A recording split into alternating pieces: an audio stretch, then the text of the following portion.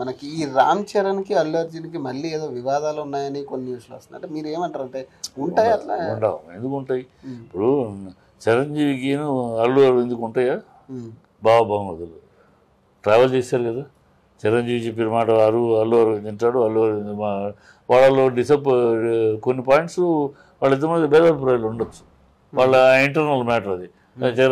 ఆరాధ్య చెప్పిన చిరంజీవి గారికి నచ్చకపోతూ ఒక ఐడియా, లేదా చిరంజీవి గారు చెప్పిన ప్లాన్ ఆరాధ్య గారికి నచ్చకపోతూ అది లోపల డిస్కస్ చేసుకుంటారు ఒకళ్ళు.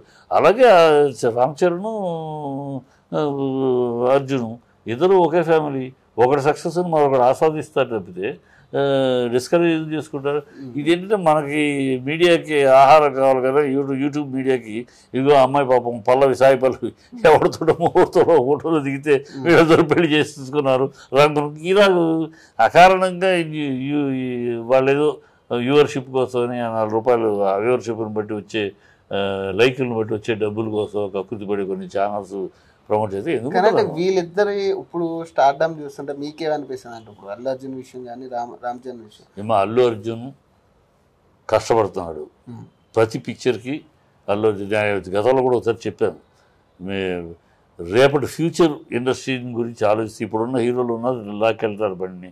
రేపు ఫ్యూచర్ వీళ్ళందరూ కొంచెం పెద్దవాళ్ళు అయిపోయినాక ఫ్యూచర్ ఇండస్ట్రీని లాగగలిగేది, ఫ్యూచర్ ఇండస్ట్రీ ఘనంగా ముందుకు తీసుకెళ్ళగలిగేది ఇద్దరు, అది అల్లు అర్జున్ అండ్ జూనియర్ ఎన్టీఆర్. ఎందుకంటే వాళ్ళు సినిమాల్లో వాళ్ళు పడుతున్న శ్రమ కానీ, సినిమా కోసం వాళ్ళు తప్పిస్తున్న విధానం కానీ, వాళ్ళు ప్రతి సినిమాలో కనపడుతుంది వాళ్ళ ఇంటెన్సివ్ ఎఫర్ట్.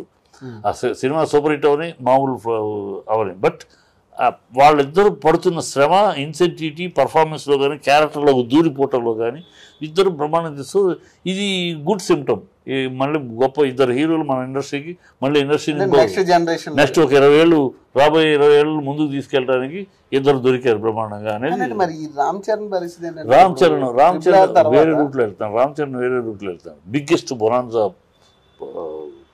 ప్రాజెక్ట్కి వెళ్తున్నారు. అంటే ఒక సిప్పి ఆ దృష్టిలో వెళ్తున్నారు. గొప్ప బిగ్గెస్ట్ సినిమాలు తీయగలిగిన తనకు అవకాశం ఉంది. ఆ స్పాన్ ఆఫ్ ఇంటర్నేషనల్ స్పాన్లో సినిమా తీయగలిగిన కెపాసిటీ ఉంది, ఆర్థికంగా ఉంది. ఇప్పుడు తనకి ఇమేజ్ కూడా వచ్చింది ఆర్ఆర్తోటి. సో తను ఆ స్టైల్లో వెళ్తున్నాడు. శేఖర్ తోటి సినిమా అవ్వచ్చు, రేపు ఇంకో సినిమా ప్రాజెక్ట్ ఏమంటున్నా మామూలు ఓన్లీ లిమిటెడ్ టు ఆంధ్ర కాకుండా, లిమిటెడ్ టు ఇండియా కాకుండా, ఇప్పుడు పవన్ మనాడు వీళ్ళిద్దరూ ఇండియా వరకు దాటి వెళ్ళడానికి తను వెళ్తున్నాడు. తనకు అవకాశం ఉంది కదా. కానీ అంటే ఒకటండి, ఇప్పుడు అదే దారిలో ప్రభాస్ కూడా వెళ్ళాడు. అంటే కొంచెం ఇప్పుడు దాకా వచ్చిన దాంట్లో తర్వాత బాహుబలి తర్వాత అంత అనుకోలేదు కదా. ప్రభాస్ తప్పుడు నిర్ణయాలు, హిందీ డైరెక్టర్లు పెట్టుకుంటాం. ఇప్పుడు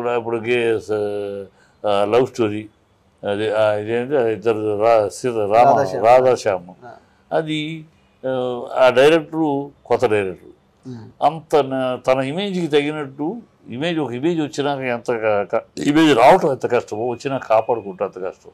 మనకి ఎంకరేజ్మెంట్ అనేది చేయొచ్చు, సబ్జెక్టు బ్రహ్మాండంగా ఏముంది ఆ సబ్జెక్టు, అది ఇంటర్నేషనల్ ప్రాజెక్ట్ ఎట్లా ఉంది, అది ఏదో చిన్నవాళ్ళు వీళ్ళు ఈ కామెడీ హీరోస్ చేయాల్సిన క్యారెక్టర్లే తను చేసేది అందుకని ఫ్లాప్. రాధేష్ ఇది ఉంది,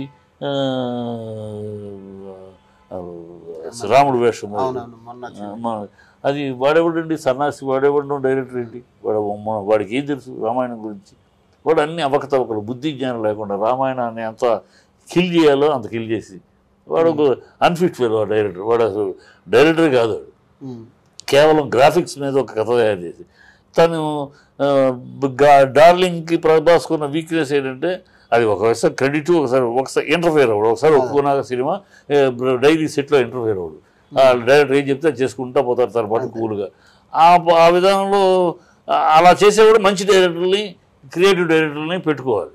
ఈ ఎవరు పడితే వచ్చిన ప్రతివాడు తన ఇంటర్నేషనల్ ఇమేజ్ని క్యాష్ చేసుకుంటానికి వచ్చే ఎదవాళ్ళకి ఎంకరేజ్ చేశారు. అక్కడే దెబ్బతింటారు. సో అంటే ఇప్పుడు అదే RRR తర్వాత ఇప్పుడు రామ్ చరణ్ కూడా శంకర్తో కానీ ఇట్లాంటి వాళ్ళతో పెట్టుకున్న ఈ సినిమాలు కూడా అంతవరకు రీచ్ అవుతుంది. ఇప్పుడు శంకర్తో తీస్తున్నది తను ఆ రేంజ్లో తీస్తున్నాడు, హాలీవుడ్ రేంజ్లో.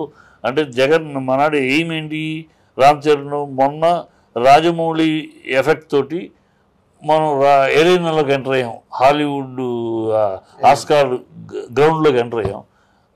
మీరు నామినల్గా ఒక అవార్డు వచ్చింది ఆ సినిమాకి. ఇప్పుడు ఆ లెవెల్లో best picture award, best level picture అవార్డులో క్యాపబుల్ డైరెక్టర్ మనాడు శంకర్ తక్కువడు కదా, రాజమౌళి కన్నా తక్కువడు కదా. అసలు ఇలాంటి ఇది మొదటిదే శంకర్ కదా. సో శంకర్ తోటి తీస్తున్నాడు, ఆ లెవెల్లో తీయారు. సో తను ఆ సైడ్ వెళ్తున్నాడు. తను mega producer, mega international producer, దాంట్లో తను పర్ఫామ్ చేస్తూ ఉంటాడు. దట్ వేరే విషయం. మోర్ దాన్ తన హీరోగా హైయెస్ట్ రీచ్ అవ్వడం కన్నా ప్రొడ్యూసర్గా హైయెస్ట్ రీచ్ అవ్వడానికి చూస్తాడు.